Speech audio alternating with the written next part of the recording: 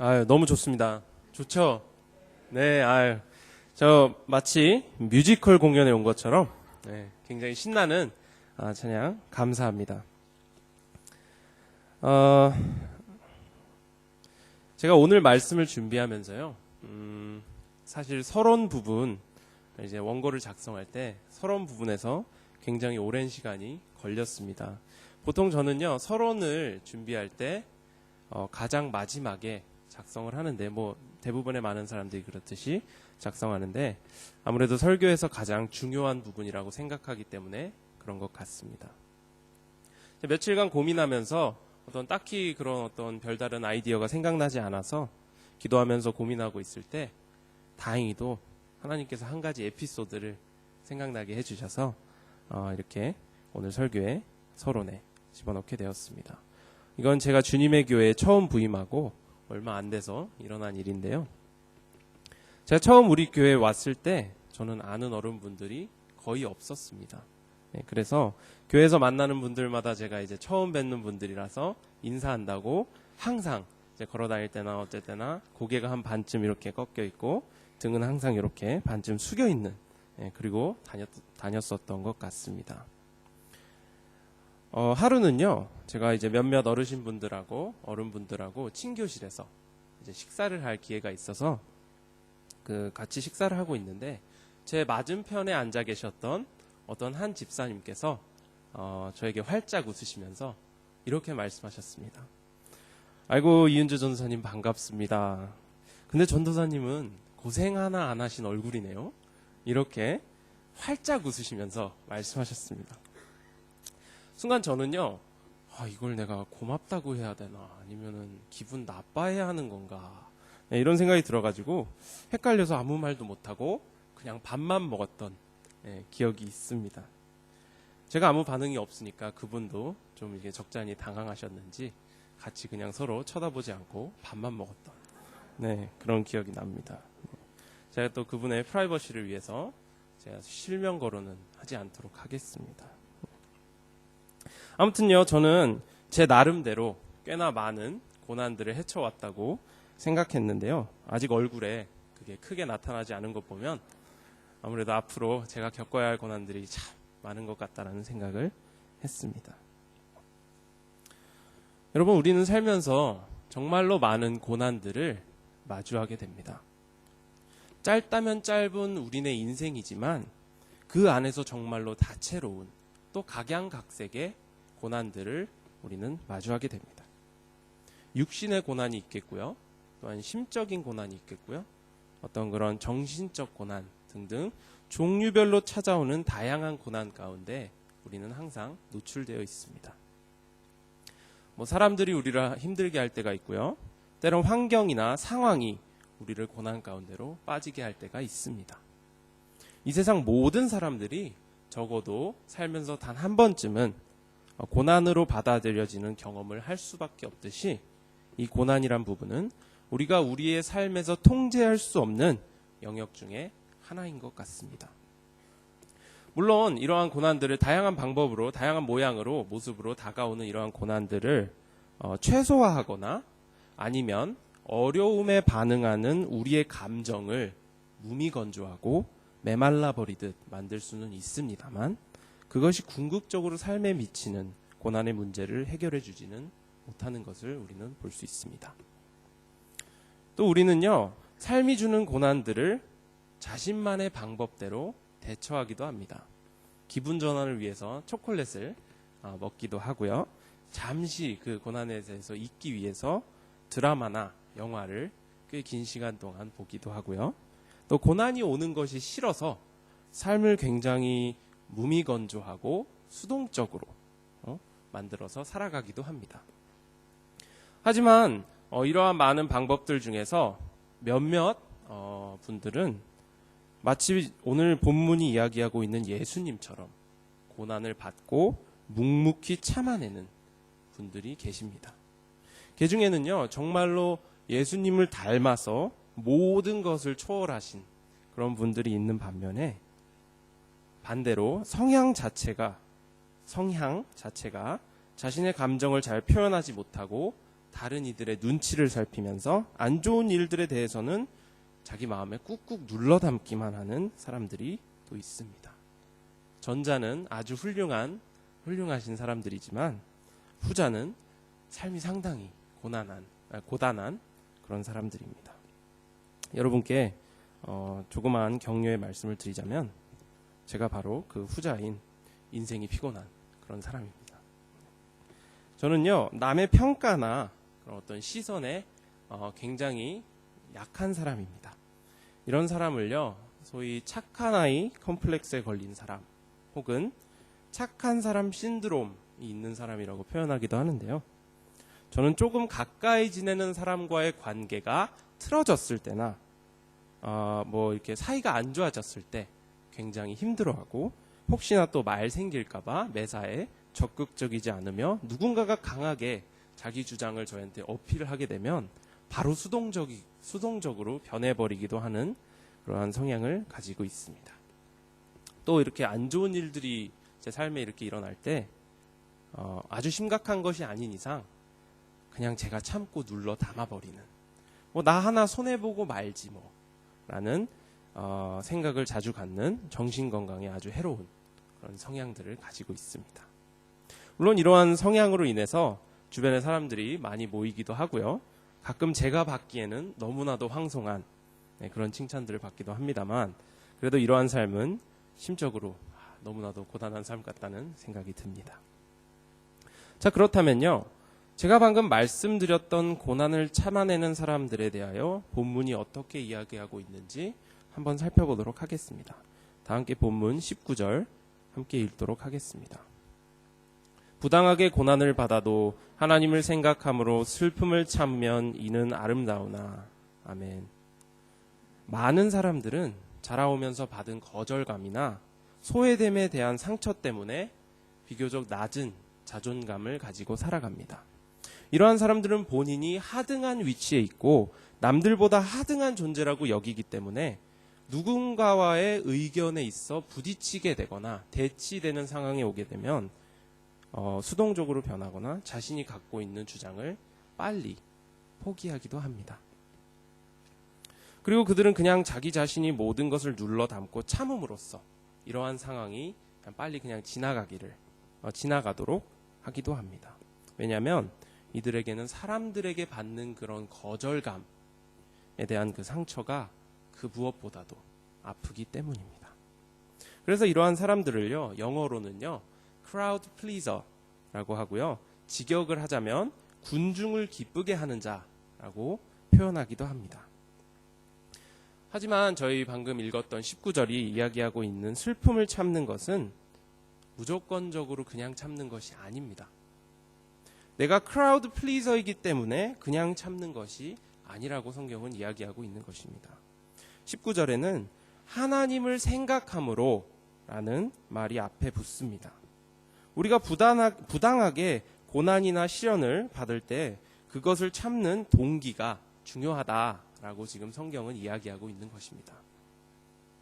즉 우리의 참음이 단지 내가 같은 상처를 또다시 받고 싶지 않아서라면 그것은 하나님께서 보시기에 아름다운 참음이 아니라는 것입니다. 그것은 오로지 우리의 죄악성을 다시 한 번 더 드러내는 나를 위한 이기적인 참음이지 하나님을 위한 참음이 아니라고 이야기하고 있는 것입니다. 여러분, 이 미세한 차이를 이해하시기를 바랍니다. 제가 자꾸 방과후 학교 이야기만 설교 때마다 이렇게 하는 것 같아서 좀 그렇습니다만 부당한 대우를 설명하는 데는 방과후 학교 사용만큼 적절한 예가 없다는 생각이 드는 것 같습니다. 지난번 제 부임 설교 때에도 말씀드렸듯이 저는 아직까지도 하나님께서 이 방과후 학교 아이들을 품으라는 마음을 주신다고 생각하기 때문에 정말로 엄하게 해야 될 때가 아닌 경우, 그것을 제외한 경우에 대부분 좋게 좋은 말로 타일러 가면서 사역을 감당해 나가고 있습니다. 항상 아이들이 3시 10분 정도 교회에 도착하면 항상 생글생글하게 웃으려고 노력하고 있고요. 물론 안 그럴 때도 정말 많지만요. 또 아이들이 필요한 것이 있을 때에는요, 제가 이제 전도사의 입장으로 할 수 있는 선 안에서 최대한으로 노력해서 아이들에게 그 선을 베푸려고 노력합니다. 근데요, 지난 텀, 이제 부활절 전 그 텀에 그 한 텀을 마무리하기 몇 주 전에는 한 번은 제가 크게 낙심했던 때가 있었습니다. 아이들 중에 실명 거론은 하지 않겠지만 아이들 중에 한 아이가 굉장히 어린 아이인데요. 아무리 따로 불러놓고 잘 좋은 말로 타이르고 때로는 엄하게 야단을 쳐도 지속적으로 저한테 이렇게 욕을 하면서 엇나가기 시작하는 것이었습니다. 저는 처음 이 방과후 사역을 맡을 때부터 지금까지 아이들을 위해서 기도하고 섬긴 것밖에 없는데 그러한 행동을 하는 모습을 보는 제 마음은 너무나도 아프고 안타까웠습니다. 내가 아이들을 위하는 그 어떤 마음은 정말 진심이고 정말 사랑으로 대해주고 있는데 대해준다고 생각하고 있는데 이 아이들은 그 나의 진심을 몰라주고 마치 자기들을 이용하기만 한다라는 생각을 품고 저를 대하는 것 같아서 굉장히 마음이 많이 아팠던 것 같습니다. 그리고는 아무리 노력해도 얘네는 안 되겠구나 라는 마음밖에 들지 않아서요, 어떤 그런 좌절감에, 큰 상실감에 빠지기도 하였습니다. 여러분, 이와 같은 이런 비슷한 경우들이 우리의 삶에는 정말 번번하게 일어나고 있는 것 같습니다. 나는 진심으로 상대방을 위하는 마음으로 선행을 베푸는데 막상 받는 사람은 고마워하기는커녕 마치 그것이 자신들의 권리인 것 마냥 당연하게 받아들이는 때도 참 많은 것 같습니다. 그리고 더 나아가서는 우리가 베푼 그 선행을 악으로 갚는 경우도 꽤 많이 일어나고 있습니다. 아이들을 사랑으로 훈계하는데 부모 마음을 몰라주고 되려 증오할 때가 있고요. 나는 이만큼을 상대방에게 준 것 같은데 내가 예상했던 것만큼 상대방이 나에게 무언가를 해주지 않았을 때 굉장히 마음이 섭섭하기도 하고요. 또한 별다른 이유 없이 사람들 사이에서 재밌거리로 구설수에 올라 마음고생을 하는 경우도 없지 않아 있습니다. 그리고 우리는 이럴 때 너무나도 부당하다라고 생각하면서 슬픔에 잠기고 신세한탄을 하게 됩니다. 자, 그렇다면 이러한 부당한 고난들은 왜 존재하는 것인가? 그냥 인생이 그런 거니 받아들여야 하는 건가? 라고 고난의 존재의 이유에 대해서 물을 수도 있겠습니다. 여기에 대해서 본문은 이렇게 이야기하고 있습니다. 다 함께 21절 읽도록 하겠습니다. 이를 위하여 너희가 부르심을 받았으니 그리스도도 너희를 위하여 고난을 받으사 너희에게 본을 끼쳐 그 자취를 따라오게 하려 하셨느니라. 아멘. 오늘 본문은요, 우리가 선을 행함으로 고난을 받고 참기 위해서 부르심을 받았다라고 이야기하고 있습니다. 상당히 재미있는 어떤 그런 구절인 것 같습니다. 21절에서 베드로는 선을 행함으로 우리가 받게 되는 고난의 감수는 마치 필수인 것처럼 이야기하고 있는 것입니다. 예수 그리스도를 믿고 따르려면 선을 행하고도 받는 고난이 무조건적으로 따를 것이다 라고 이야기하고 있는 것입니다. 이토록 저자는 우리의 믿는 자의 정체성을 부당한 고난을 받음에 연결시키고 있는 것입니다.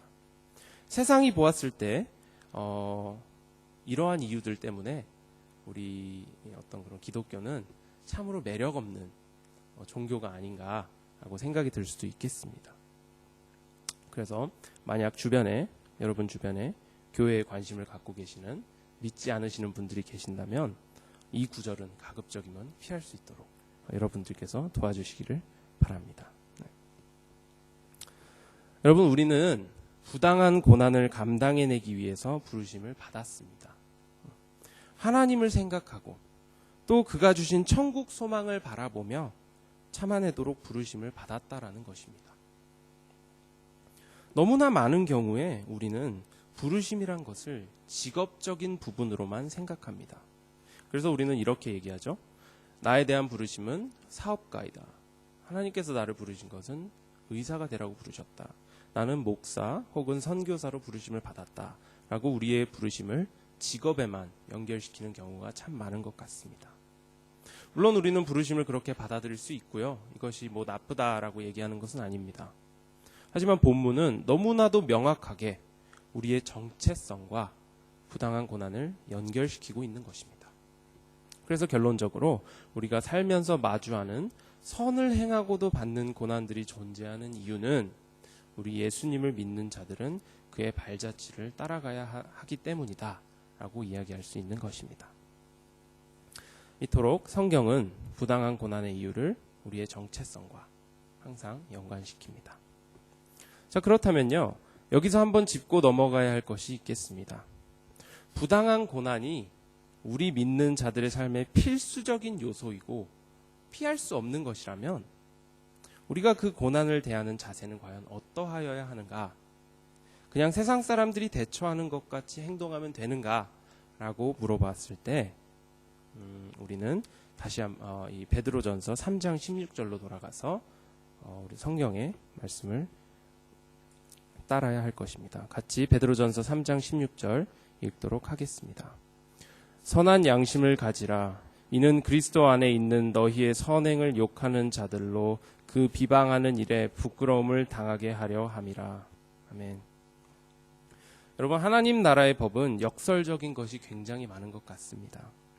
낮은 자가 높아지고요, 가난한 자가 부욕게 되며 약한 자를 통해서 강한 자가 부끄러움을 당하는 것 등등 쉽게 이해할 수 없는, 우리의 생각으로 쉽게 이해할 수 없는 모순 같아 보이는 내용들이 굉장히 많이 있는 것 같습니다. 저희가 방금 함께 읽은 베드로전서 3장 16절 말씀에서는 우리에게 부당한 고난이 왔을 때 선한 양심을 가지라고 이야기하고 있습니다. 과연 이게 무슨 뜻일까요? 우리 인간의 본성은요, 눈에는 눈, 이에는 이입니다. 누가 딱히 가르쳐주지도 않아도요, 인간의 본성은 부당하게 피해를 받으면 그대로 갚아주려고 하는 그런 어떤 것을 가지고 있습니다. 우리가 이러한 본성 때문에 대부분의 사람들은요, 자신이 부당한 대우를 받고 이유 없이 고난을 받게 되면 복수심에 불타올라서 자신의 권리를 되찾으려고 필사적으로 노력하는 모습들을 우리는 자주 볼 수 있습니다. 그리고 환경이 따라주지 않아서요, 끝까지 분이 풀릴 때까지 복수를 하지 못하게 되면 그것이 자신에게 한이 되어서 자신을 올가매고 따라다니는 현상이 나타나게 됩니다. 이처럼 우리는 부당한 고난을 받을 때 자신이 옳다고 생각하며 가해자에게 보복을 가합니다. 그리고 그것이 전혀 양심에 어긋나지 않는다고 자신에게 이야기합니다. 지속적으로 자기 합리화를 하는 것입니다. 하지만 성경에서는 어떻게 이야기하고 있습니까, 여러분? 성경에서는요, 많이 다르게 이야기하고 있습니다. 방금 읽은 베드로전서 3장 16절에서 증거하듯이 우리는 하나님께서 우리에게 주시는 양심에 따라서 행동해야 합니다.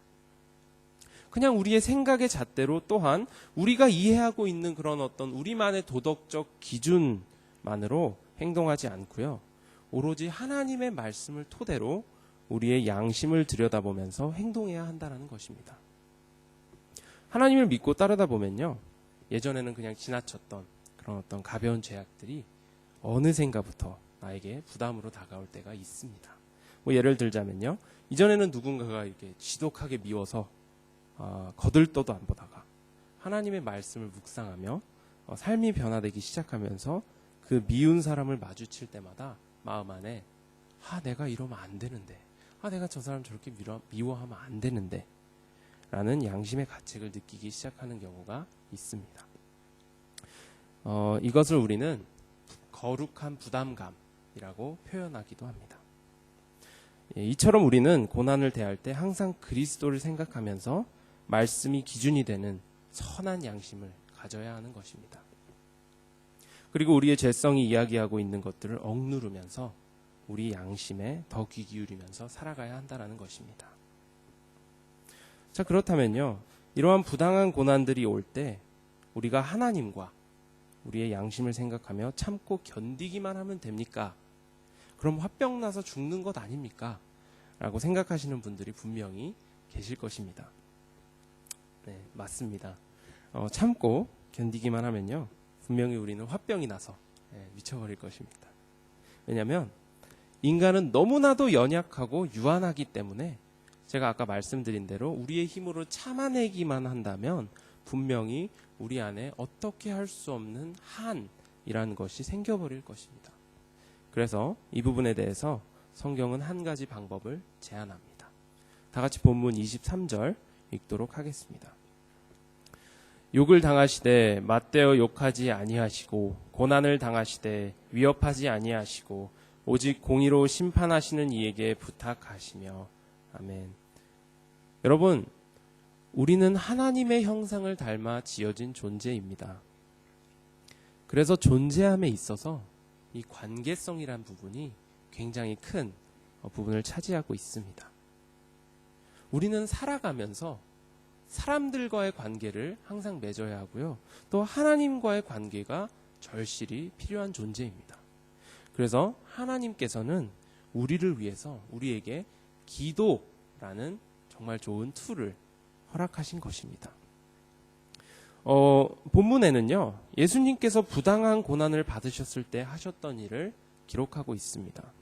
예수님께서는 죄가 없으심에도 불구하고 이유 없이 고난을 받을 때 똑같이 갚으려고 하지 않으시고 반대로 오직 공의로 심판하시는 이에게 부탁하셨다고 본절은 이야기하고 있습니다. 그는 자기 자신을 온전히 하나님 앞에 내려놓고 하나님께서 그를 통해 이루시고자 하는 계획에만 집중하였습니다. 그리고 나머지 것들은 모두 다 공의와 정의의 하나님에게 맡겨드린 것입니다. 여러분 아시다시피 우리 한국 사회 안에는 체면 문화란 것이 깊이 자리 잡고 있습니다. 정이 유난히 많은 한국 분들은요, 공과 사를 정확하게 구분짓는 서양 사람들과는 달리 체면에 대해서 굉장히 크게 생각하는 것을 볼 수 있습니다. 때에 따라서 내 자신의 솔직한 감정을 감추는 것이 미덕이라고 여기기 때문에 할 말을 못하는 경우도 많고요. 더 나아가서는 자신의 감정을 잘 표출하지 못할 때도 참으로 많은 것 같습니다. 개인적으로 저는 이러한 것이 나쁘다고 생각하지는 않습니다. 왜냐하면 너무 솔직해서 너무 있는 그대로 다 얘기해서 다른 사람들에게 상처를 주는 것보다는 이 편이 훨씬 낫다고 생각하기 때문입니다. 아무튼 우리 한국 사람들은요, 이러한 부분을 굉장히 중요하게 여기는 것 같습니다. 저도 어려서부터 들어왔던 남자는 태어나서 딱 3번 울어야 한다라는 정말 말도 안 되게 비성경적인 그런 말에 매여서요, 사람들 앞에서 최대한 눈물을 감추면서 살아왔습니다. 결국 그게 이제 습관이 돼서요, 혼자 있을 때에도, 제가 좀 혼자 방에 있을 때에도 행여나 누군가가 문을 벌컥 열고 들어올까봐 눈물을 잘 흘리지 못하고 저의 감정을 꾹꾹 눌러담게 됐는데요. 이토록 우리는 이렇게 자기 감정을 감추면서 가면을 쓰면서 살아가는 경우가 참으로 많은 것 같습니다. 근데 이거는 정말 신기한 건요, 이건 저도 이제 경험한 건데요, 이렇게 감정 표현이 서툰 사람들은요, 사람들 앞에서만 그러는 것이 아니라 종종 하나님 앞에서도 나의 솔직한 감정들을 숨길 때가 있다라는 것입니다. 슬프고 낙심될 때에도 난 별로 그렇지 않은데? 라고 하나님 앞에 감정을 숨기기도 하고요. 화가 나고 누군가가 너무 죽도록 미울 때에도 감히 그것을 하나님 앞에서 표현하지 못합니다. 또한 심한 경우에는요, 이렇게 사뭇 악해 보이는 감정을 하나님 앞에 가져간다는 것 자체를 죄악시 여기기도 하며, 기도의 자리에는 어떤 그런 선한 것들, 다른 것들, 내가 뭔가를 부탁하는 것들, 이러한 것들만 가져가려고 애쓰는 모습들을 보이기도 합니다. 제 얘기입니다. 네.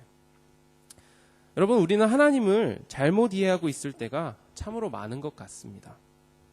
과거에 받았던 상처들로서 형성된 그 하나님 아버지의 왜곡된 이미지가 우리 생각 안에 자리 잡아서 마치 우리가 감정 표현을 있는 그대로 다 하게 되면 하나님께 혼나고 책망을 받을 것 같다라는 생각으로 우리의 감정 표현을 억제시키는 경우가 굉장히 많은 것 같습니다.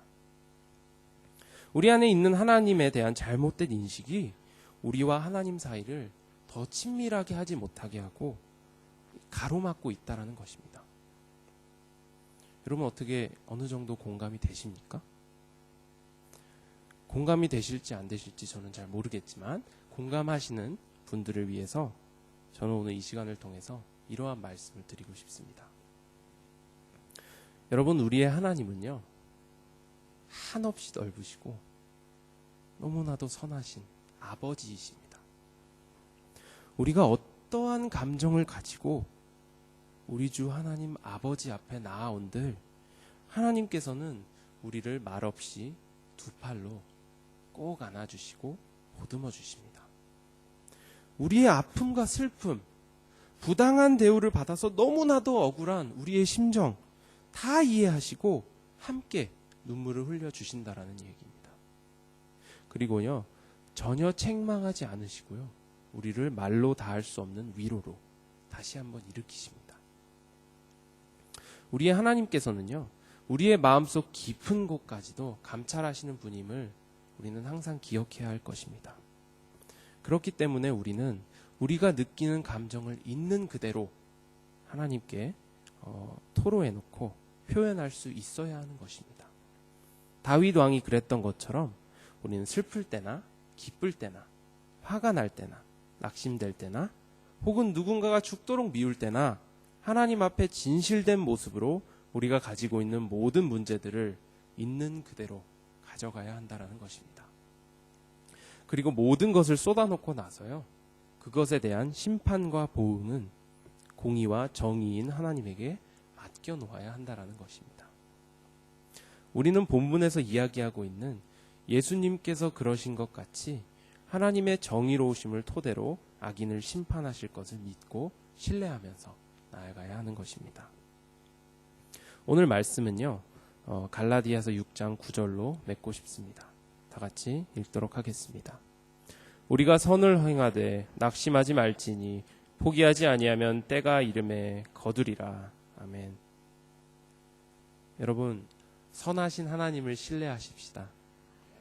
우리가 선을 행함으로 부당한 고난을 우리 일생 가운데 받더라도 낙심하지 않고 포기하지 않으면 하나님의 때에 열매를 맺고 거둘 수 있는 큰 영광을 누릴 수 있게 될 것입니다.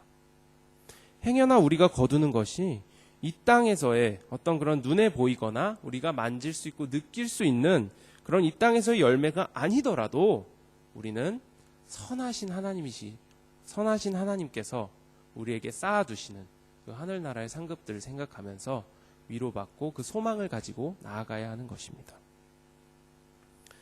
아무리 고난이 크고 집어삼키는 사자처럼 보일지라도요, 그 고난보다 훨씬 광대하시고 크신 하나님만을 신뢰하며 경외함으로 섬기는, 또 그래서 수준 높고 고귀한 것들에 도전하는 담대함을 갖춘 우리 주님의 교회 성도님들이 되시기를 소망합니다. 기도하겠습니다.